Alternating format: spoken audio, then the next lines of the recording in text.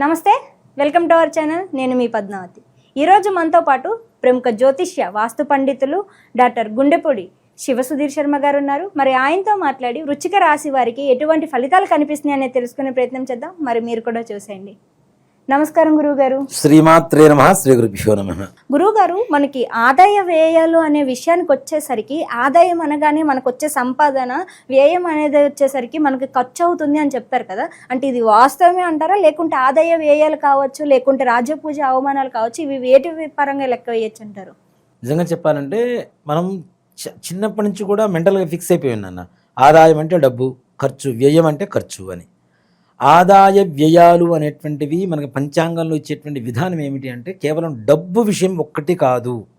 ఆర్థికం, ఆరోగ్యం, కుటుంబం, మనశ్శాంతి, విద్య, మనం అనుకునేటువంటి కార్య సంకల్ప విజయం, ఇవన్నీ ఓవరాల్గా కలుపుకుంటే వీటిల్లో ఏ ఒక్కటి లోపించినా మనశ్శాంతి లోపిస్తూ ఉంటుంది. కాబట్టి ఇవన్నీ కలుపుకొని ఆదాయ వ్యయాల రూపంలో చూపిస్తారు. కానీ డబ్బు మాత్రం కాదు, డబ్బు ఒక్కటి మాత్రం కాదు. మనకి ఓవరాల్గా ఈ సంవత్సరం మొత్తం ఉండేటువంటి ఫలితం, మనకు ఉండేటువంటి మనశ్శాంతి, మనకు ఉండేటువంటి కార్య విజయం ఏదైతే ఉందో ఈ ఆదాయ వ్యయాల రూపంలో చెప్తాం. కానీ కేవలం డబ్బు ఒక్కటే ఎంత వస్తుంది, ఇంత ఖర్చు అవుతుంది అనేది మాత్రం పిచ్చి అపోహ అని చెప్తాను నేను. కాబట్టి ఆ విధంగా చూసుకోకండి. తప్పనిసరిగా మనం ఓవరాల్గా జీవితం మొత్తం సంవత్సరం, ఇప్పుడు 1% ఇంట్రెస్ట్ అని చెప్తారు నాన్న, బ్యాంక్ వాడు చెప్తున్నా. 1% ఏంటంటే ప్రయాణం కదా. అట్లా అని ఆదాయ వ్యయాలు కూడా మన పంచాంగంలో చెప్పుకునేవన్నీ కూడాను సంవత్సరం మొత్తానికి పనికొచ్చేట్టుగా మనకు ఉండేటువంటి మనశ్శాంతినే ఆదాయ వ్యయాలుగా చూసుకోవాలని చెప్తాం. గురువుగారు, అసలు వృశ్చిక రాశి వారి గ్రహస్థితి చూస్తే గనక, గోపంచారం ప్రకారం చూస్తే అసలు వీరికి ఎటువంటి పరిహారాలు కనిపిస్తున్నాయి, దాంతోపాటుగా అసలు వీరికి ఆదాయ విషయాల్లో కావచ్చు, లేకుంటే లాభదాయక విషయాల్లో కావచ్చు, ఎటువంటి విధంగా ఉందంటారు అసలు? ముఖ్యంగా నాన్న, వృశ్చిక రాశి వారికి ఈ సంవత్సరం మధ్యస్థంగా ఉంటుంది. మరీ గొప్పగా ఉందని చెప్పడానికి లేదు, మరీ అసలు బాగోలేదని చెప్పడానికి లేదు. ఎందువల్ల అంటే ఇంతకాలం సప్తమ స్థానంలో ఉన్నటువంటి గురుగ్రహం అష్టమ స్థానంలోకి మారుతుంది. అష్టమము అంటేనే కష్టస్థానం అని చెప్పుకోవచ్చు. అలాంటి వృశ్చిక రాశి వారికి ముఖ్యంగా ఈ సంవత్సరం విశ్వావసనామ సంవత్సరం ఆదాయ వ్యయాల విషయానికి వస్తే ఆదాయం 2, ఖర్చు 14, రాజ్యపూజ్యం 5, అవమానం 2. ముఖ్యంగా ఈ వృశ్చిక రాశి వారు అనుకున్న పనులు నిదానంగా నత్తనడకన నడుస్తూ పూర్తవుతాయి. అంటే చేయవలసినటువంటి కృషి కంటే ఇంకాస్త ఎక్కువ కృషి చేయాల్సినటువంటి పరిస్థితి, అంటే ఎక్కువ కష్టపడాల్సిన పరిస్థితి వస్తుంది. తద్వారా కార్యం సాఫల్యత అవుతుంది. కానీ అవుతుందా కాదా అనేటువంటి ఒక అనుమాన స్థితిలో ఆ పని పూర్తి అవ్వటం. ఇప్పుడు ఒక అటెంప్ట్ చేసి 2 అటెంప్ట్స్ చేసి 3 అటెంప్ట్స్ చేస్తే పని అయిపోతే ఓకే, పర్లేదు. ఇంకా చివరికి విసుగు పుట్టిన సమయంలో పని అయినా కూడా దానివల్ల పెద్ద సంతృప్తికరంగా ఉండదు. అలాంటి పరిస్థితే ఈ యొక్క సంవత్సరంలో, విశ్వావసునామ సంవత్సరంలో వృశ్చిక రాశి వారు ఎదుర్కొనేటువంటి పరిస్థితి. ముఖ్యంగా వివాహ యోగం. నన్ను అడిగితే కొన్ని రోజుల పాటు గోచారవశాత్తు చూసుకుంటే కొన్ని రోజుల పాటు వివాహ విషయంలో కొంచెం దూరంగా ఉండడం అనేది అవసరం అనేది చెప్తా.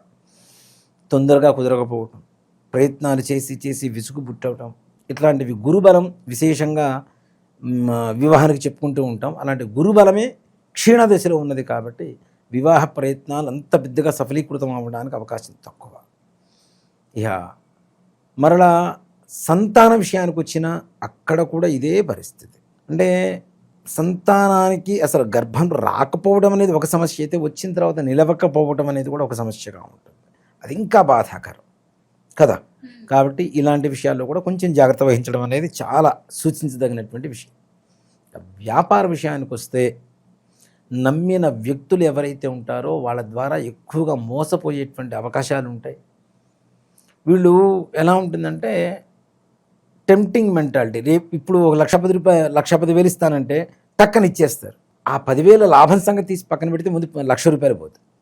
కాబట్టి అలాంటి వాడికి టెంప్ట్ అవ్వకుండా, అలాగే ముఖ్యంగా ఏదైతే ఈ బెట్టింగ్ యాప్స్ అవి ఉంటాయో వాటి జోలికి పోకుండా, అర్ధాంతరంగా మనకు డబ్బులు రావాలి అనేటువంటి అత్యాశకు పోకుండా మనం పడ్డ కష్టానికి తగిన ఫలితం వస్తే చాలు అనుకునేటువంటి పరిస్థితుల్లో ఆలోచించి నిదానంగా ముందుకు వెళ్ళటం మంచిది. కానీ ఒక్కసారిగా అమాంతం నిచ్చినేసేస్తాం ఆకాశానికి అనుకుంటే మాత్రం బొక్క బొర్ల పట్టడం అనేది తథ్యం. నిదానంగా పనులు చేసుకోండి, ప్రశాంతంగా ఉంటుంది అలాంటి పరిస్థితి. అలాగే రాష్ట్ర ప్రభుత్వం అంటే ప్రభుత్వపరమైనటువంటి ఉద్యోగాలు కావచ్చు, లేదంటే ప్రైవేట్ పరమైనటువంటి ఉద్యోగాలు కావచ్చు, ఇట్లాంటి వాళ్ళకు కూడా ప్రమోషన్స్ అది కూడా అందరిని ద్రాక్షలాగా ఊరిస్తూ ఉంటుంది. అవుతుంది అనుకుంటారు, అవ్వదు. మరలా ఏదో మూమెంట్ వస్తుంది, మళ్ళీ అవ్వదు. మళ్ళీ మూమెంట్ రావడం, నిరాశ నిస్పృహలకు లోనవడం అనేది జరుగుతూ ఉంటుంది ఈ ప్రభుత్వ ఉద్యోగుల పరిస్థితి. అలా ఇంకోటి కూడా ఏంటంటే ఈ ప్రభుత్వ ఉద్యోగులు ప్రైవేట్ పరమైనటువంటి ఉద్యోగులకి అనుకోనటువంటి ట్రాన్స్ఫర్స్ అవి కూడా ఇబ్బందికరంగా ఉండేటువంటి స్థలాలకి వెళ్ళటం, ప్రదేశాలకి తప్పనిసరిగా ట్రాన్స్ఫర్ తప్పనిసరి వెళ్ళవలసినటువంటి పరిస్థితి, వెళ్ళటం, అక్కడ కూడా కొంతవరకు ఇబ్బంది ఎదుర్కోవటం. దాంతోపాటుగా ఏదైతే రైతులు ఉంటారో వాళ్ళకి మాత్రం చక్కగా భూమాత అనుగ్రహిస్తుంది, మంచి పంటలు పండుతాయి, మంచి ఆర్థికమైనటువంటి లావాదేవీలు జరుగుతుంటాయి, లాభం వస్తుంది, ప్రశాంతంగా సంతోషకరంగా ఉంటారు. అలాగే విదేశీ ప్రయాణాల కోసం ప్రయత్నించేటువంటి పిల్లలకు కూడా, విద్యార్థులకి, ఉద్యోగం చేసుకునేటువంటి వాళ్ళకు కూడా విశేషమైనటువంటి యోగం అని చెప్పుకోవచ్చు. రాజకీయపరమైనటువంటి వాళ్ళకి, నాయకులకి, వాళ్ళకు కూడా పర్వాలేదు, మరీ కష్టకాలంగా ఉండదు, మరీ అంత సుఖాలు అనుభవించే పరిస్థితి కూడా ఉండదు, మధ్యస్థంగా నడుస్తూ ఉంటుంది, పర్వాలేదు అనుకునేటువంటి పరిస్థితి వరకు వెళ్ళిపోతూ ఉంటుంది. ఇక వృశ్చిక రాశిలో ఉండేటువంటి ముఖ్యంగా తల్లిదండ్రుల ఆరోగ్య పరిస్థితి కొంచెం భయానకంగా మారేటువంటి పరిస్థితి ఉంది. కానీ ప్రాణభయం అయితే ఏమీ ఉండదు. కొంతవరకు దానివల్ల ఖర్చులు అధికం అవ్వటం, ఇంట్లో భార్యాభర్తల మధ్య చిన్న చిన్న చికాకులు, పెద్దవని చెప్పడానికి లేదు, కానీ ప్రతిరోజు చికాకు పడుతూ గొడవలు పడుతూ ఉంటే అది కూడా మనశ్శాంతి లోపిస్తుంటుంది. కాబట్టి కొంచెం జాగ్రత్త. ఎక్కువగా ఒకళ్ళ కోపం వచ్చింది, ఇంకోళ్ళు మౌనంగా ఉండండి. దానివల్ల కొంతవరకు సుఖశాంతులు ఉండడానికి అవకాశం ఉంటుంది ఇంట్లో. అలాగే పిల్లలు కూడా కొంతవరకు మాట వినేటువంటి పరిస్థితి వస్తుంది. వాళ్ళకు ఉండేటువంటి చెడు స్నేహాలన్నీ కూడా వదిలిపెట్టి తల్లిదండ్రుల మాట వింటూ పర్వాలేదు మన పిల్లలు మన మాట వింటున్నారు అనుకునేటువంటి పరిస్థితి వరకు వస్తుంది. విద్యార్థులు కూడా కొంతమేర కష్టపడితే మాత్రం మంచి పాస్ మార్క్స్తో ముందుకు వెళ్ళటం, ఉత్తీర్ణత కలగడం అనేటువంటి జరుగుతూ ఉంటుంది. అలాగే ముఖ్యంగా ఈ యొక్క వృశ్చిక రాశి వారు ఏదైతే కష్టం అనుకుంటుంటారో దాన్ని ఇష్టపడి చేయండి. కష్టం అనుకోకుండా తప్పనిసరిగా అన్ని పనులు పూర్తవుతాయి నాన్న ప్రశాంతంగా. నత్త నడకన నడుస్తుంది అన్నప్పుడు మనం కొంచెం ఒక ప్రశాంతమైనటువంటి ఆలోచన స్థితితో వెళ్తే తప్పనిసరిగా పనులు అవుతాయి. పరుగున వెళ్ళిపోతే పరిగెత్తి పాలు తాగేదానికన్నా నిలబడి నీళ్లు తాగడం మంచిది అంటారు. కాబట్టి కొంచెం నిదానంగా ముందుకు వెళ్ళడం అనేది సూచించదగినటువంటి విషయం. రాశి వాళ్ళు ఏ దేవతను పూజించాలి, ఎలా పూజించాలి, ఏ వారం పూజించాలి అనేటువంటి విషయానికి వస్తే అష్టమ స్థానంలో ఉండేటువంటి గురుగ్రహ ప్రభావం ఎక్కువగా ఉంటుంది. కాబట్టి తప్పనిసరిగా మీకు చదువు చెప్పిన గురువులు ఎవరైతే ఉంటారో, మాస్టర్స్, నేమంటే వేద విద్య కాబట్టి గురువు అని అంటాం, మాస్టర్స్ ఎవరైతే ఉంటారో వాళ్ళ ఇళ్లకు వెళ్ళి వాళ్ళకు కావలసినటువంటి ఏవైనా చిన్న చిన్న సహాయాలు చేసి పెట్టడం కానీ, లేదు కనీసం నెలలో ఒక గురువారం రోజున వెళ్ళి మాస్టర్ గారికో గురువు గారికో పండ్లు, వాళ్ళకి కావాల్సిన ఏమైనా వస్తువులు ఏమైనా కొనివ్వండి. తప్పనిసరిగా అంటే వాళ్ళు తీసుకునేటువంటి స్థాయిలో ఉన్నారా అని కాదు, మీ భక్తిని మీరు ప్రదర్శించండి గురువుల పట్ల.